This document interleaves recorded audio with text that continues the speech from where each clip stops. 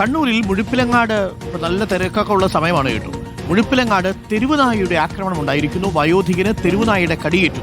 പള്ളിയിലേക്ക് പോകുന്നതിനിടെയാണ് റഫീഖിനെ നായ ആക്രമിച്ചത്. 2 കാലിനും തുടയിലും വിരലിനും പരിക്കേറ്റ റഫീഖിനെ ജില്ലാ ആശുപത്രിയിൽ പ്രവേശിപ്പിച്ചിട്ടുണ്ട്. അഭിജിത്ത് മുഴക്കുന്നുണ്ട്. അഭിജിത്ത്, തെരുവുനായ ശല്യം അവസാനിക്കുന്നതേയില്ല. ഇത് വല്ലാതെ കടിച്ചു മുറിച്ച് കളഞ്ഞിട്ടുണ്ടല്ലോ അഭിജിത്ത്.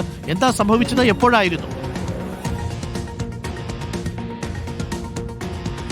അരുൺ, വലിയ ബുദ്ധിമുട്ടാണ് ഈ അതിരാവിലെയൊക്കെ വീടിന് പുറത്തിറങ്ങുന്നവർ ഇങ്ങനെ തെരുവുനായുടെ ആക്രമണത്തിന് വിധേയമാകുന്ന കാഴ്ച. അത് നമ്മൾ കുറേ നാളുകളായി കേട്ടുവരുന്നതാണ്. അതിനൊരു അന്ത്യമുണ്ടാകുന്നില്ല എന്നുള്ളതാണ് സങ്കടകരമായ കാര്യം. റഫീഖ് ഇന്ന് രാവിലെ പള്ളിയിലേക്ക് പോകാൻ ഇറങ്ങിയതാണ്. ഏതാണ്ട് 6 മണി സമയത്ത് രാവിലെയുള്ള നമസ്കാരത്തിനായി പള്ളിയിലേക്ക് പോകുന്നതിനിടെയാണ് റഫീഖിന്റെ പിന്നാലെ ഒരു തെരുവുനായ പാഞ്ഞെടുത്തത്. അദ്ദേഹം 65 വയസ്സുള്ള ഒരു വയോധികനാണ്. അതിനാൽ തന്നെ അദ്ദേഹത്തിന് പെട്ടെന്ന് ഓടി രക്ഷപ്പെടാനും സാധിച്ചില്ല. തെരുവുനായ ഇദ്ദേഹത്തിന്റെ അടുത്തേക്ക് ഓടിയെത്തുന്നു. 2 കാലിനും കടിച്ച് പരിക്കേൽപ്പിച്ചിട്ടുണ്ട്. നമുക്ക് ആ ദൃശ്യങ്ങളിൽ കണ്ടാൽ അറിയാം അദ്ദേഹത്തിന് അല്പം ഗുരുതരമായി തന്നെ പരിക്ക് പറ്റിയിട്ടുണ്ട്. ഉടൻ തന്നെ നാട്ടുകാരൊക്കെ ഓടിക്കൂടുകയും റഫീഖിനെ ആദ്യം തൊട്ടടുത്തുള്ള ആശുപത്രിയിലും പിന്നീട് ജില്ലാ ആശുപത്രിയിലേക്ക് പ്രവേശിപ്പിക്കുകയും ചെയ്തിട്ടുണ്ട്. നിലവിൽ ചികിത്സ തുടരുകയുമാണ്.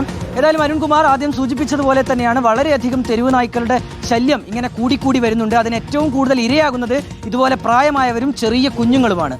അരുൺകുമാർ. Okay, thank U.